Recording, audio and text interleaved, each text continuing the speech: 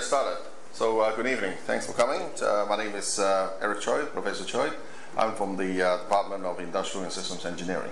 Now, I don't expect a lot of people, never, because I have a recorded seminar on the web, 24/7 by 365. So many people just replay that one, and therefore we run this kind of face-to-face session once a month. Okay? So allow me to start. I'll probably use about, I don't know, maybe 15 minutes to an hour to talk about this program, because obviously the fact that you're here means that you're interested, you've heard about it, you want to know a little bit more. All right? So there you go. I have been the leader of this program for the past 8 to 9 years.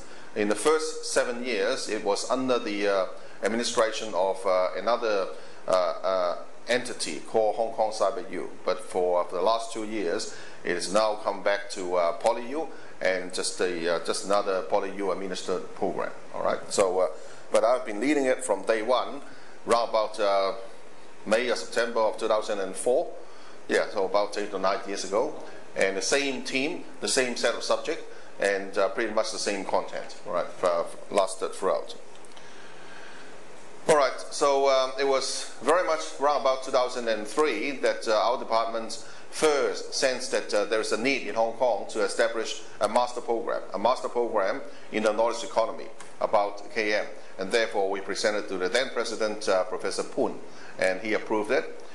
We were so right that Hong Kong is still, transforming into a knowledge-based economy, and therefore, this program comes very, very appropriate. Now, needless to say, we all live in a knowledge-based economy. And we all want to be a very, very proficient and competent knowledge worker, right? But work in the knowledge economy, it's different. It's quite different to work in the previous era, like our predecessors, because work is no longer just repetitive. Work is no longer completely predictable. Work is no longer structured. We have to prepare for the unprepared. We have to learn a lot. We have to practice. We have to reflect.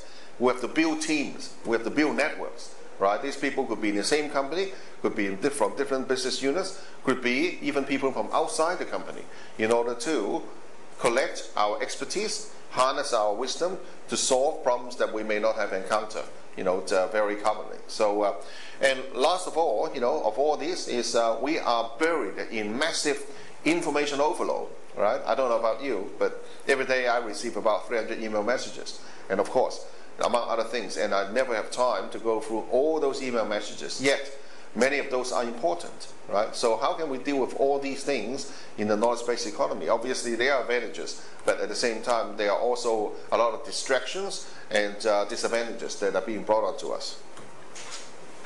So, just very quickly to say a few words about knowledge work. It's about unstructured work. It's about non-repetitive work.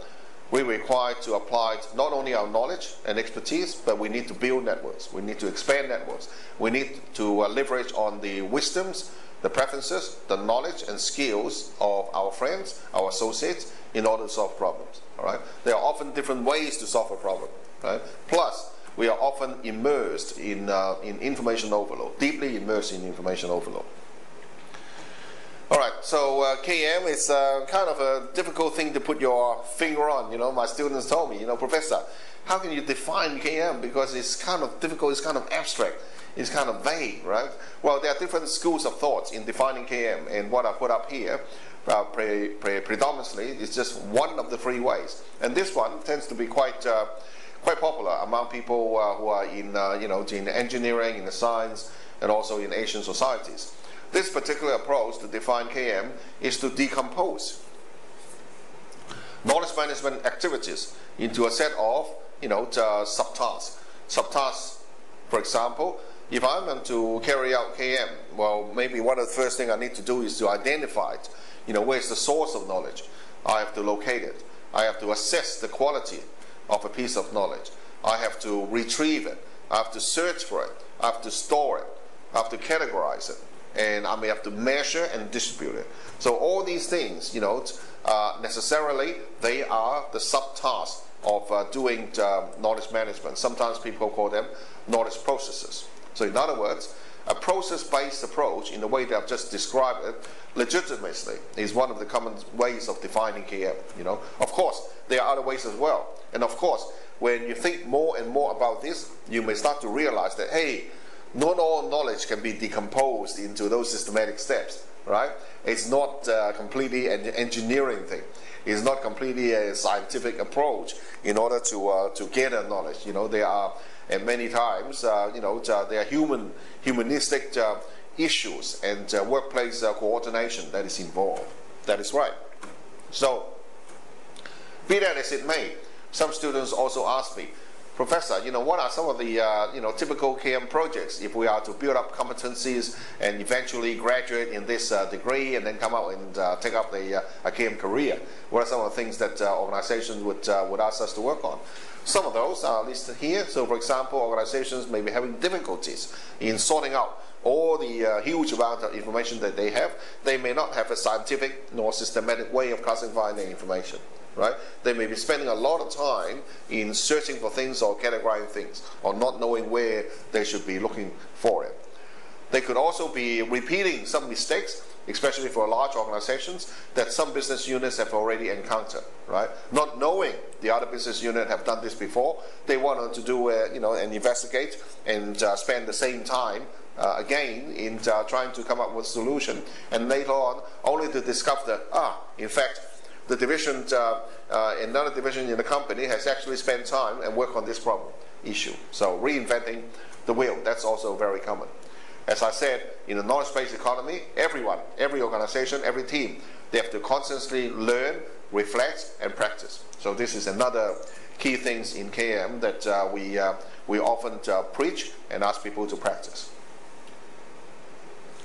Now, so in terms of organizations, I would say that 90% of our students and graduates, they end up either working for organizations or they are, self-employed as, as a entrepreneur or something like that. So, in terms of organizations that are, critical to take on this KM journey, then I can list these organizations that are growing rapidly, organizations that are expanding, organizations that are advancing because of globalization, organizations that have a distributed workforce scattered especially among across various Asian cities and European cities as well, because these organizations, they have staff located in different offices, yet under the especially under the umbrella of globalization, they would have to unite, they would to harness the collective knowledge and wisdom of their staff and be able to come up with good products, integrated good products that are of good appeal to the customers and deliver it with quality customer service. So that's no easy thing to do. That requires a lot of work, organization, and also careful planning and execution. Then again, there's also organizations that are shrinking, unfortunately. They are downsizing because they are sending away staff, and the organizational memory as well as the morale of the staff will be affected. Organizations that are being restructured, organizations that are going through mergers, acquisitions, and divestments, because in those cases, there's no centralized place to put knowledge, right? And therefore, organizations could be having a lot of leakage, having a lot of discrepancies, inconsistency, let alone knowledge loss among the organizations, right? Around the world, another phenomenon that is hitting organizations very hard and hitting all organizations is, maybe you've heard about this baby boomers retirement syndrome. Baby boomers refer to people who were born 1945 after the Second World War to about 1960, right? So a rough, finger count, and you can ascertain that since about 5 or 6 years ago, these people have started to enter the age of 60 to 65. So for the last 5 years and for the next 10 to 15 years to come, a major portion of the workforce is retiring.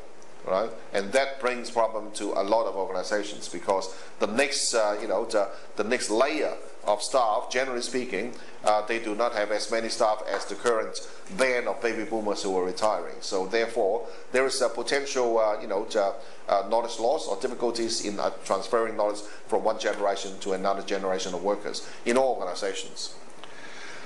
There are also organizations, if you look at now, we have put up industries that are more knowledge intensive than others, right? So organizations, companies, firms, institutions, and so forth. Industries are, various domains of the workforce. There you go. We have education, we have legal, we have healthcare, and so forth. And I would say that depending on the industry, some industries are more knowledge intensive than others, more, right? For example, healthcare is one. Despite all the equipment, doctors' knowledge, doctors' knowledge and expertise, their skills are obviously of utmost importance because that differentiates whether they can save a life or not. Lawyers, as well as people like myself who are educationalists. Here at the university, what are we promoting? What are we preaching? We are preaching knowledge. We are in fact, transferring knowledge to our students. So that knowledge is our service as well as our product, right? So this is a knowledge-intensive industry. I'm from the Knowledge Management and Innovation Research Center. You're right in the middle of it. What you are, sitting in is the Knowledge Solutions Laboratory in the Microsoft Enterprise Systems Laboratory. And our center is being led by Professor W.B. Lee, the person at the center of the diagram there. And we have a multicultural team consisting of obviously academic staff, researchers, as well as support staff. As well, four common things that our research center does, no prize for guessing. Obviously, the first one is teaching. Teaching is a major part of our university duty, and I'm pleased to say that the MCKM is the flagship program. That is the main program that we operate and look after our students in the whole suite of education that we offer. We also offer research degrees like MPhil as well as Doctor of Philosophy. We also have a Doctor of Engineering degree from the faculty as well. And as a center, we are also very active in performing professional and consultancy services, as well as organizing regularly major KM events, seminars, workshops, symposiums, to act as a forum for knowledge transfer between research and practice, between academic and industry, and so forth. This is quite some time back. In fact, it was December of 2006, if I remember correctly. This was the Hong Kong's Knowledge Management Summit for the first time in 2006, and that was held in PolyU's Jockey Club Auditorium. And looking at it, you can see that it's a wow, because the whole lower floor of the Jockey Club Auditorium was completely filled, right? And I remember at that time we had about 700 people, including about 185 from the government, civil servants, and then the rest from industry, from academia in Hong Kong, and rest of China, and also overseas as well. So even if you go back to as early as December 2006, there was already quite a lot of interest in this particular area. And of course, the interest is not just restricted to Hong Kong alone. We have also hosted events, many events indeed, in China. And this one, when we teamed up with Shenzhen Authority, we held the world's second North City Summit, and that was in 2009. And once again, you can see that it was extremely well attended, extremely well reported, and it all in all turns out to be an extremely successful event in China. Now, you may have heard about this one, and for the last 4 or 5 years, our center have been organizing the most admired knowledge enterprise. Not sure whether you've heard about this before. Started in the UK about 1998, so about 13 or 14 years ago. There was this make award called the most admired knowledge enterprise. Firstly, there was the global one, and then secondly, there's a North American one, there's a European one, there is an Asian one, and then later on it spread to the country level. So there was a Japanese one, there was an Indian one, there was a Taiwanese one as well. From 2008, for the first time, Hong Kong has been given the right, in our center was given the honor to host the Make Award from 2008. So from then on, we continue to host it until today, so about 4 or 5 years already. Very large organizations participate, like the Big Four consultancies, like CLP Power, like MTR, like CLP Police, and many others as well. So up to now, we have run about 4 to 5 years, and 2 years ago, we have also been given the honor to extend this Make Award into China as well. So now, irrespective of whether it's Hong Kong Make or China Make, this center actually is the host for these events from 2 years ago. So as a result of that, no doubt, the awareness of KM has been risen a lot. So as you can see, this is just a small sample. Several government departments and private enterprises have subsequently set up what they have as the KM teams. From clockwise, from the top left, we have Department of Health. On the top right, we have CLP Power. Then on bottom right, we have Adidas. And also on the bottom left, we have the Environmental Protection Department, all having a KM unit. Career opportunities for our students and graduates, and many of those actually don't have to wait until they finish. Many of our students actually found good jobs and transformed themselves into a KM professional, more like the second or third semester. But this is just a snapshot, obviously, for the jobs that's being shown here, like Chief Knowledge Officer, like KM Director and so forth. That requires substantial experience, right? So it's not just education that can give you, let's be honest. Having said that, there is no short of, if you look hard enough, there is no short of senior KM professionals in Hong Kong. One of the most senior roles is Chief Knowledge Officer or KM Directors, and a quick check to LinkedIn reveals these people, and I know some of those. In fact, I know more than half of these people. Anyway, they are obviously enjoying the post, and there is more. You'll find that most of them are in the law firms, in the big four consultancies, and also with financial service firms like HSBC. And obviously, our program has been offered for the last has been offered since 2004, 2005. So over the years, many of our students and graduates have also moved in and moved up their career as well. So, for example, the Director of IT, as well as KM at the British Council in Asia Pacific, Nicholas Steele, he's our graduate. And for example, KM officers at Hong Kong Police, he was also our graduate, among many others that are taking up positions in law firms as KM administrators and KM officers. This is just a showcase of some of the business cards that I've been collecting, obviously indicating those professionals in Hong Kong that have to earn themselves a full-time capacity in knowledge management. That's why they have a business card. So looking through these cards, easily you can tell there is government organizations like Police, Census and Statistics Department, Environmental Protection Department, IPD, Intellectual Property Departments, and private firms like CLP, Adidas, as well as hotels like Langham Place Hotel, and financial services support firms like COSA. MTR, for example, is probably the largest firm having the biggest KM team. They have something like 8 to 12 people in fulfilling various KM positions inside the MTR. So the list goes on. You don't have to look hard enough. There are plenty of KM professionals in Hong Kong. And there's more, so I won't talk about this other than I encourage you to go to LinkedIn and search for these titles. They're in the public domain. Alright, also good news to report. Over the years, there has been a steady increase. I wouldn't say that there's a big increase, but there has been a steady increase in the number of KM jobs. If I equate them to, for example, document management, business intelligence, enterprise portals, as well as organizational learning type of jobs, in Hong Kong, there has been a steady increase in the last few years. Salaries, also good news to report there, but again, mind you, experience are important. So if I show you the salaries, that was from Robert Waters, so a HR firm that's been collecting the salaries in Hong Kong. The 2011 salary figures for directors, for middle-level managers, and for executives are shown here, and it's up to you to assess, but I think it's not bad, but experience obviously is required. Hospital Authority probably have one of the highest paid KM jobs that is being available in Hong Kong. And in addition, this is not related to our study. I also operate a personal job feed for my students and graduates, right? They love it. So every week or every 2 weeks, I'll set up a bunch of jobs that are related to KM, and it's up to them to go and apply. Many of those actually land on those jobs if they apply.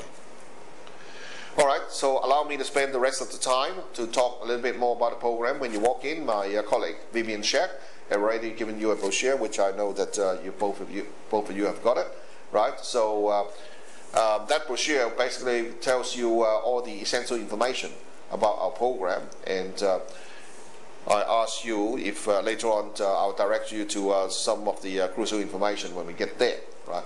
Now this program is designed for people from all walks of life, put it this way. So in other words, there is no particular bias in taking on people from any particular disciplines. All disciplines, whichever degree that you gain from your bachelor study, are welcome, right? So we have people from IT industry, from HR, from legal, from human healthcare, from administration, public administration, from university, from retail, from engineering as well. So no particular discipline is preferred.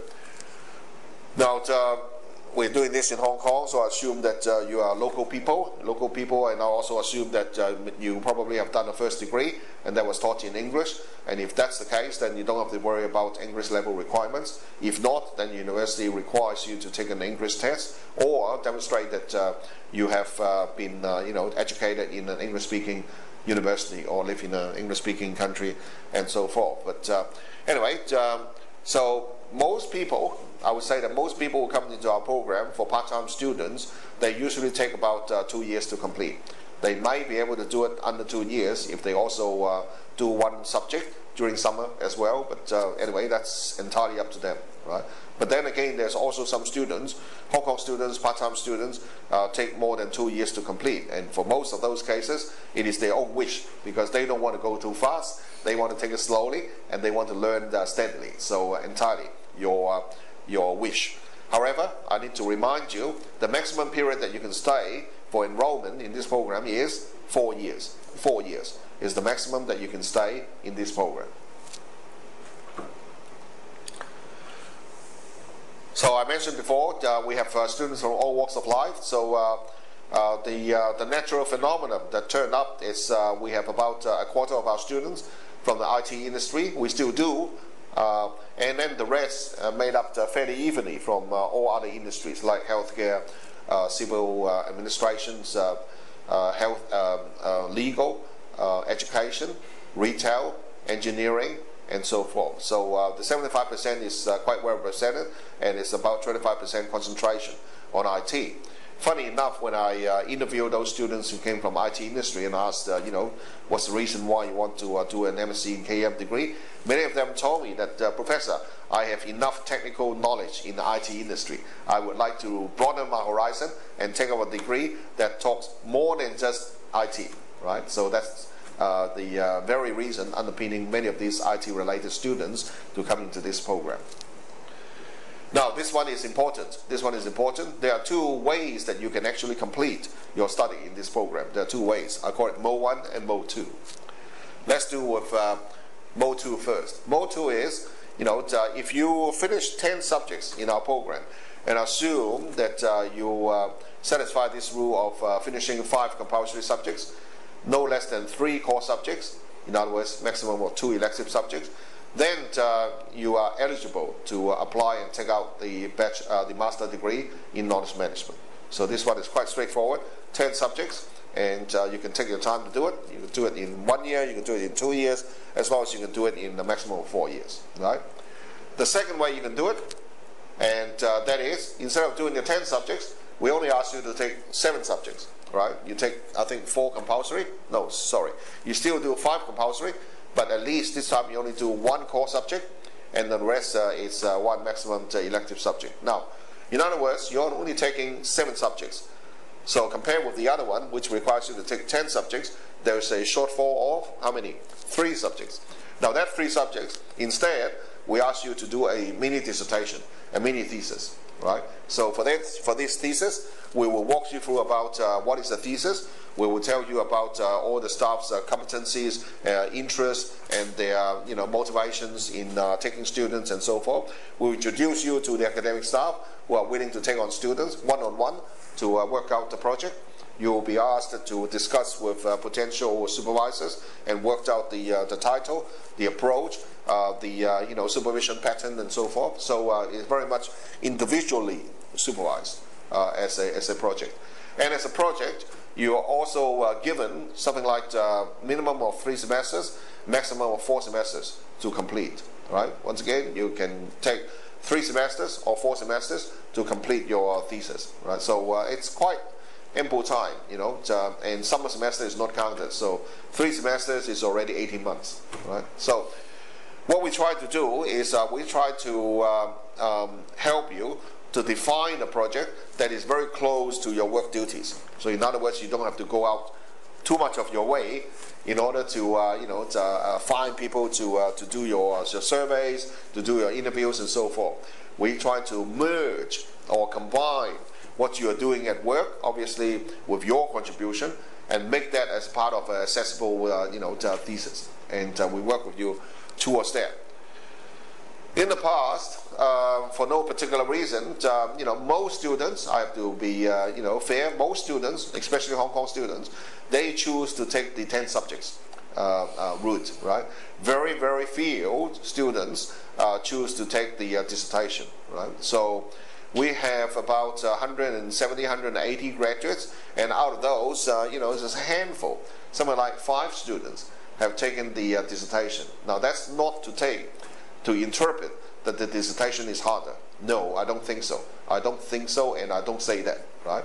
I think it's probably Hong Kong students' mentality. They would like to, I do a subject, you tell me what my grade is at the end of the semester, I'll do another subject, you tell me what my grade. Rather than I'll do a project, and God, I don't know what I will get until 3 or 4 semesters later.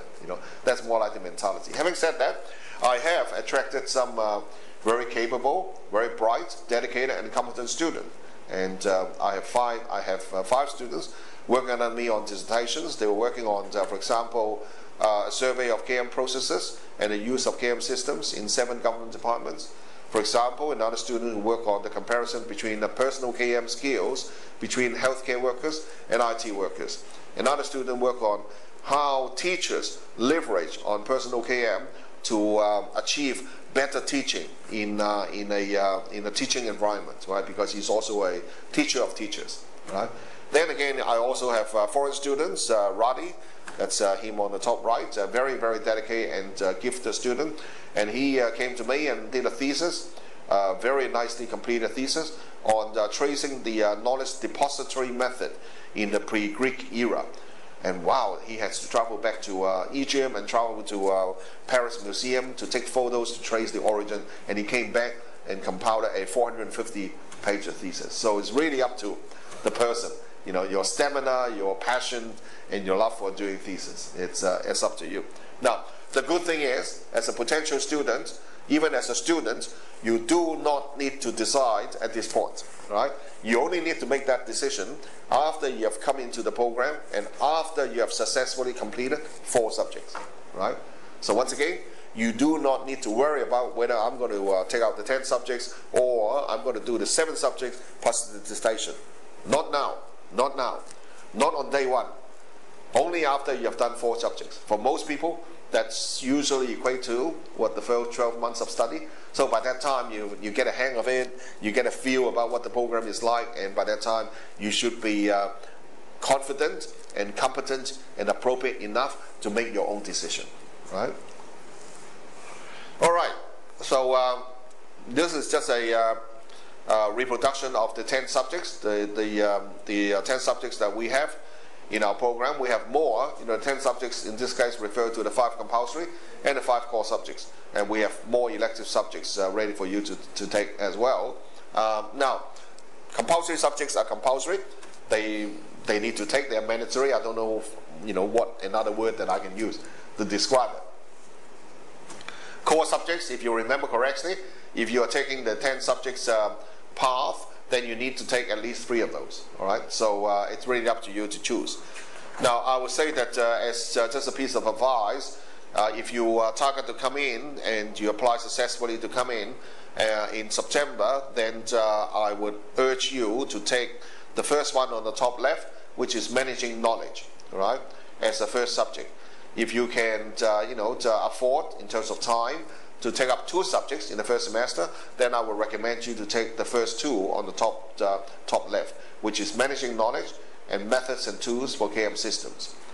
Now the reason for that is the first subject, especially the first one, right? It serves as a prerequisite. In other words, it's a precursor to other subjects, right? And it's only offered once a year, right? So I can't state it more important than that, because it acts as a prerequisite, a precursor. You have to do that subject, pass that subject first, before you can take some other subject. And that subject, managing knowledge, is only offered once a year. So if you don't take it, then you have to wait for another year in order to take it. And because you haven't taken it, and therefore you cannot take other subjects or many other subjects. So that's no good. That's no good for you. So my strong advice to you is if you do come into this program, make a note, that's what you're doing now, and take managing knowledge as your first subject. And if you can cope with 2 subjects, then I would say that managing knowledge, and the one just underneath it, methods and tools for KM systems. And I actually teach 4 of the 10 subjects on this page here. All right, so we also have a list of no less than 10 or dozen elective subjects, which obviously you have to apply to take them. And bear in mind that there's a maximum number of elective subjects that you can take, but you can. They are open for you to complete. Okay. Now that's just a slight detour. You can go to Google and download this yourself. It's by Apollo Research Institute. It's about the future work skills of 2020.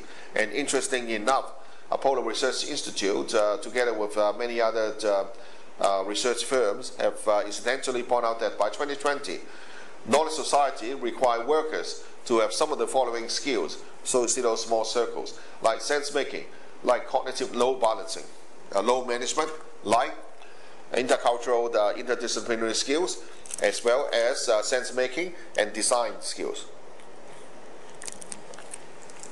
So it is also, a mission in our program to try to expose you, although we may not have time to build you up with the expertise, but at least studying in our program, you will be exposed to many of these skills that are designated to be important for knowledge workers by the time 2020.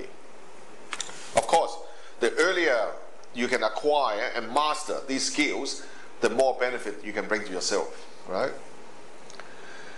One of the things that I'm very proud of, and I'm still very proud of, is in the 5th and final compulsory subject called Strategic Issues and Case Studies, I have specifically designed and implanted what I call a KM consultancy project in there.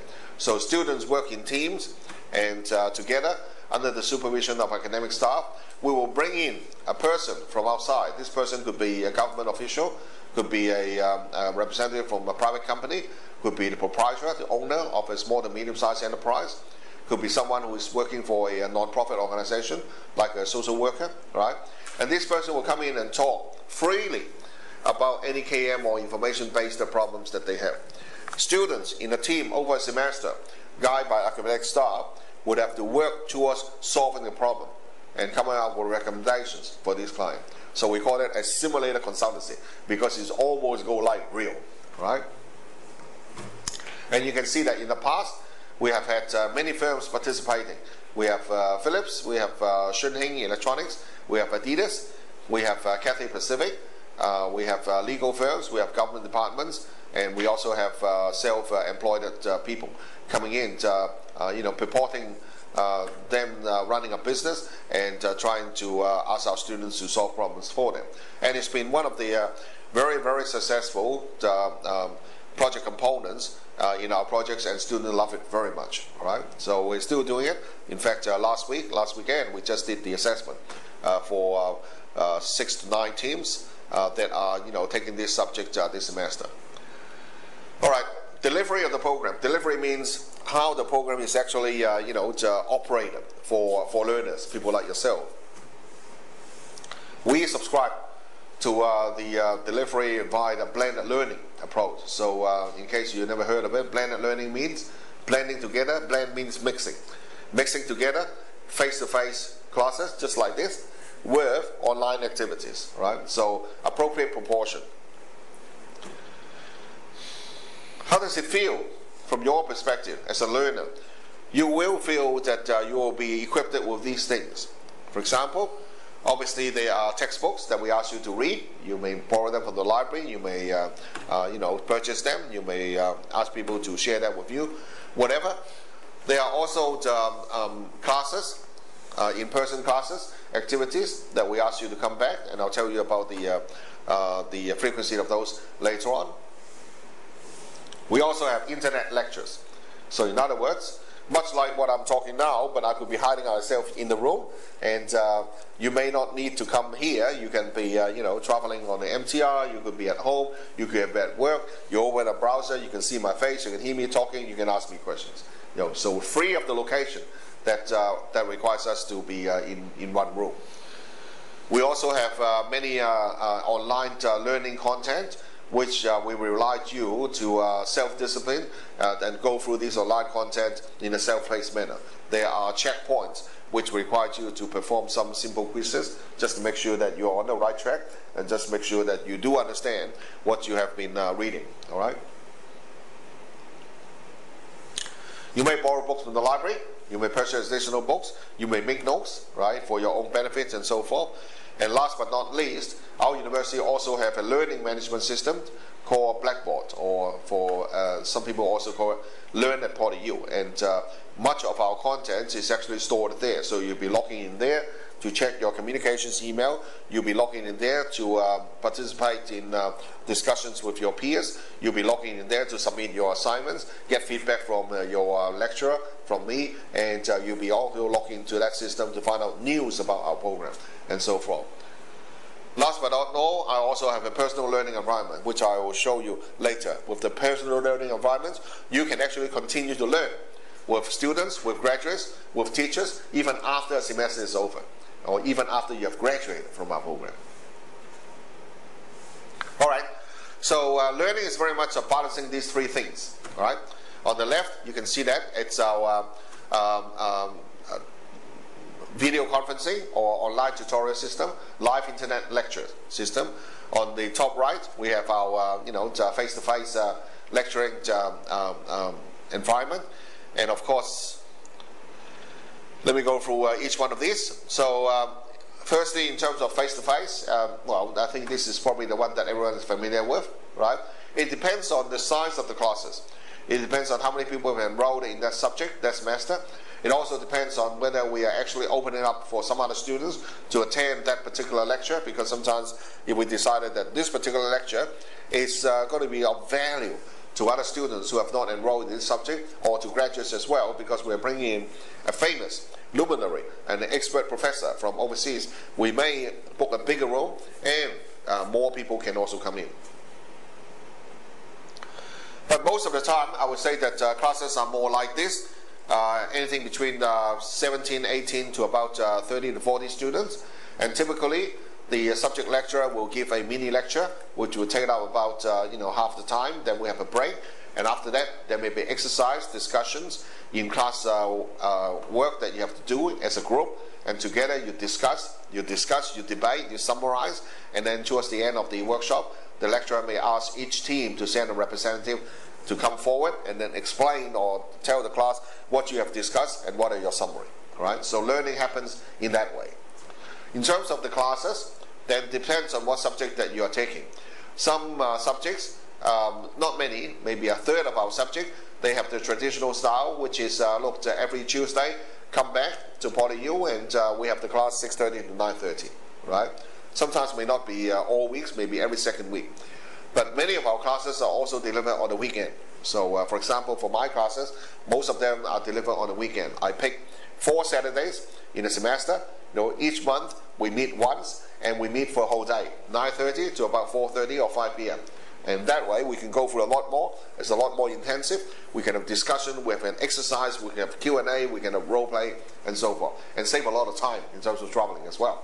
Right? So it depends on the subject lecturer, it depends on the topic.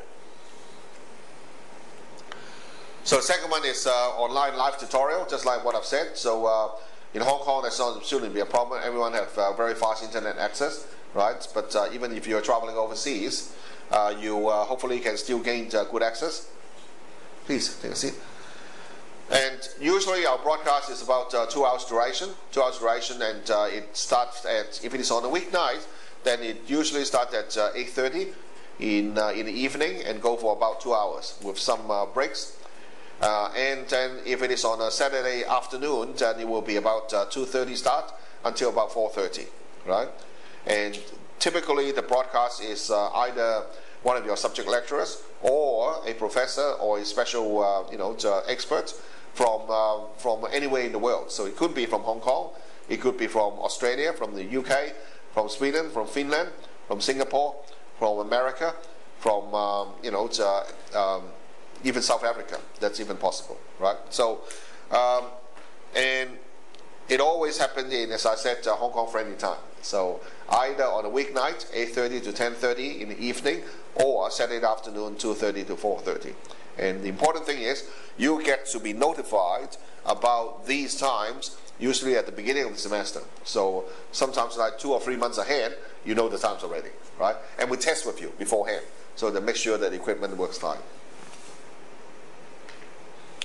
Just in the unlikely event you miss it, or for whatever reason, maybe you're traveling, some of our students were traveling in China when we have these kind of events, and say that, look, I'm in a second tier city, the infrastructure is still not very good, and therefore you had dropouts. So no problem, because we always record our events. So the next day, you can replay it. You can replay it numerous times until the end of the semester. But of course, if you are a student, I would strongly encourage you to attend live. You know why? Because only that you can attend live, you can ask questions. Otherwise, you will just re-listening to some recorder thing, which obviously doesn't give you the opportunity to ask questions, to discuss with your peers, right? Because they won't be live at that time.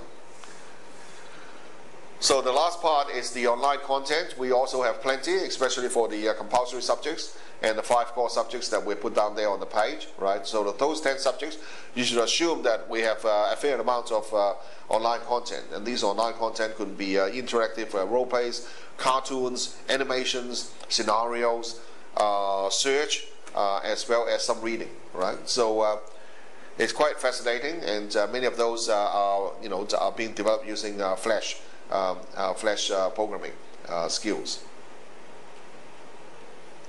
These are some of the typical objects that we have implemented. I think this one is from the organizational learning subject. This is from my subject on enterprise portals, where we ask you to assume that you're working in a particular department. What will be some of the common gadgets or widgets that you would seek to have for your departmental colleagues? So we ask you to drag these things into the middle, and there is a program that monitors and recommends that whether this is the right thing to do or there's a better combination that you may consider, and so forth.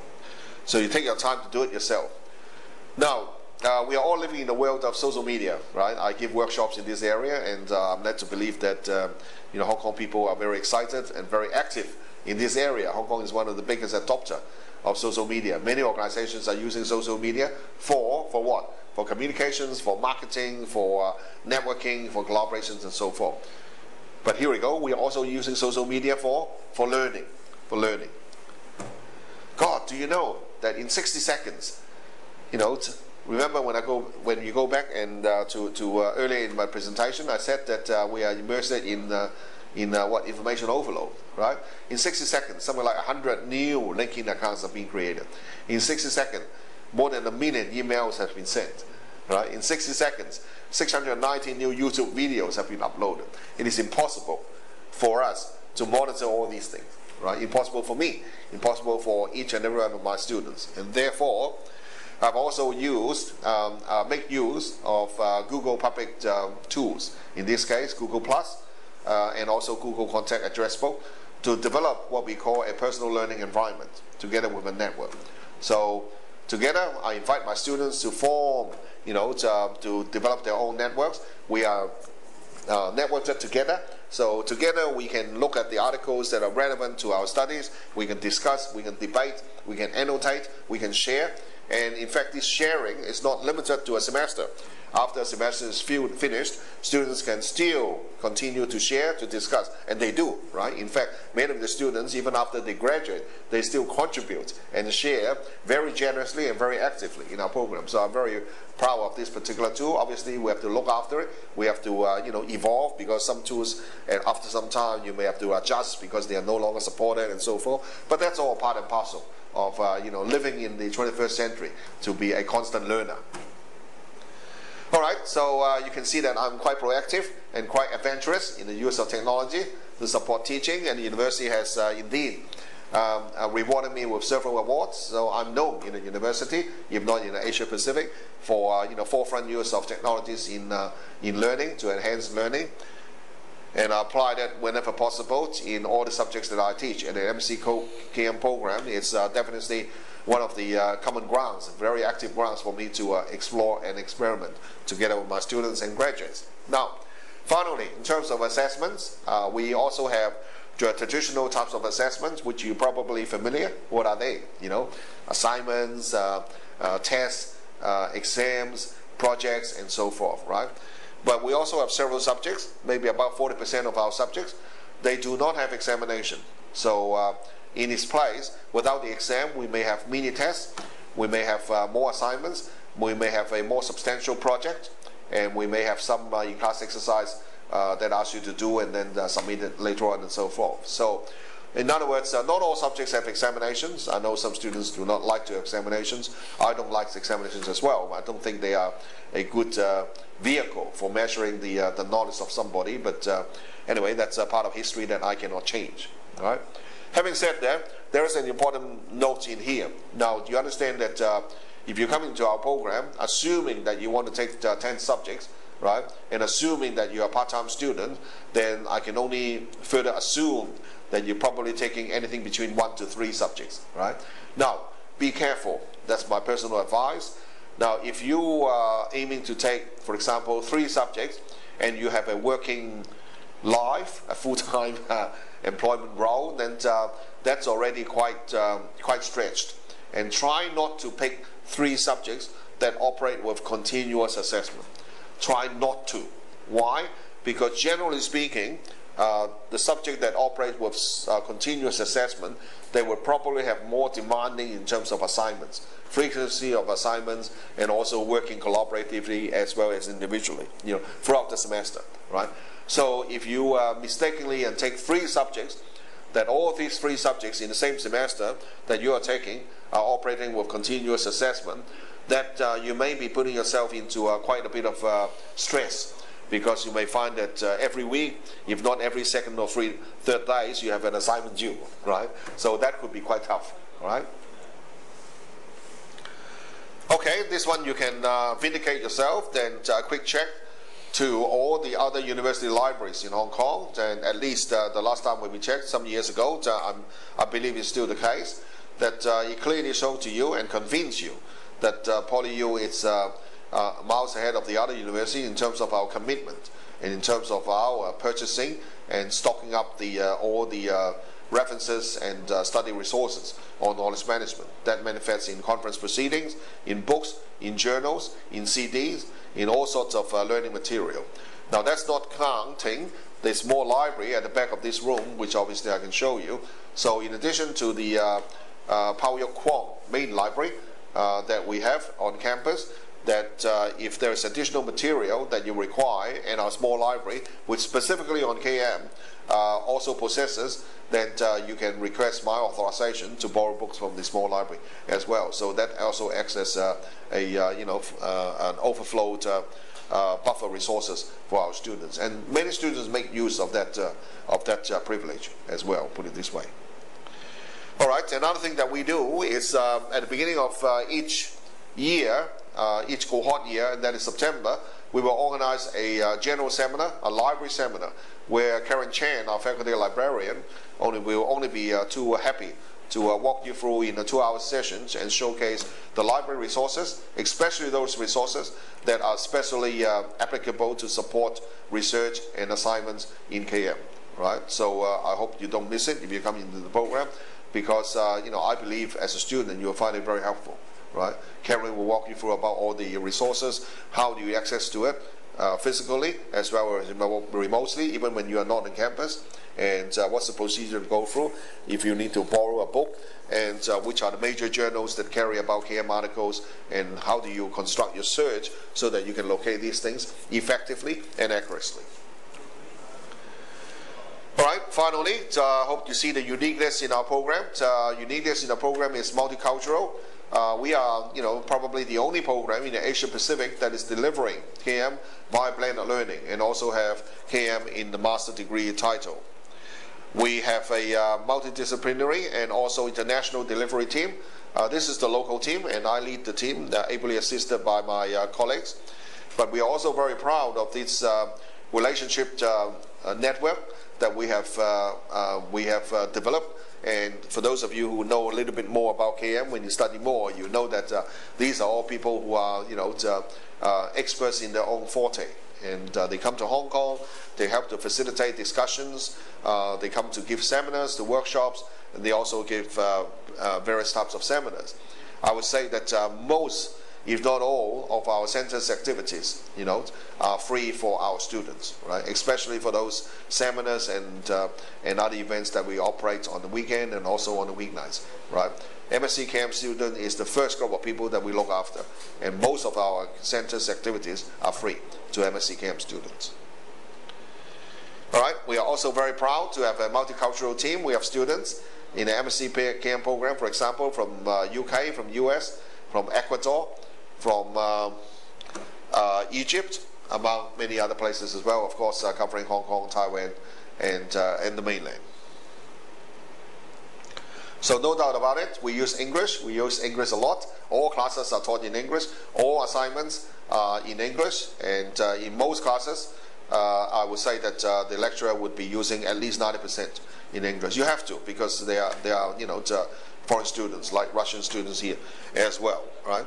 But we are not just focusing on study. We are not just focusing on study. We care about students' feelings. We care about students' work-life balance, and we often organize extracurricular activities like social gatherings, like informal discussions. I invented these things, and I think Annie can talk more later on. I call it unlectures, right? We have too many formal lectures. We have unlectures, means that everybody can come. Any students and graduates can come. They can volunteer to present and talk about anything that is related to what they have studied. If they want to find out the solution, they can voice out and ask other people, and together we help to solve their problems. And our students and graduates love it. We have had about 4 or 5 of these already. Every about 2 or 3 months, we have one, usually on a Saturday afternoon, and it's quite well attended. I love it, and many people love it, and will continue. My proudest moment after leading this program for 9 years was, it's about half a year ago, in our last graduation congregation. Every year we have. That's nothing new. But last year, Donna was one of the graduates from our program. Well, obviously she is academically very, very distinguished already. She's got most of the grades are A or A+. And she also has a very good command of English. And I'm very proud that the faculty have chosen her to deliver the thank you valedictory speech. Very, very formal and deliver with a lot of dignity. On behalf of the faculty, on behalf of all the students, and to all the distinguished guests and VIPs that are sitting in the Jockey Club auditorium, right? In fact, you want to listen to this, I put it out on SlideShare, and you can replay it. It's about 6 or 7 minutes, and it's wonderful, right? So I love it very much. Thank you, Donna, and thank you many other students as well. We operate very harmoniously, very happily, socially, in addition to our program. But don't get me wrong, I will stop here. Our program is a serious one, it's a fulfilling one, it's a challenging one, right? It's a rewarding one, but truly, you have to put in the effort as well, okay? So with that, I think I've talked a lot.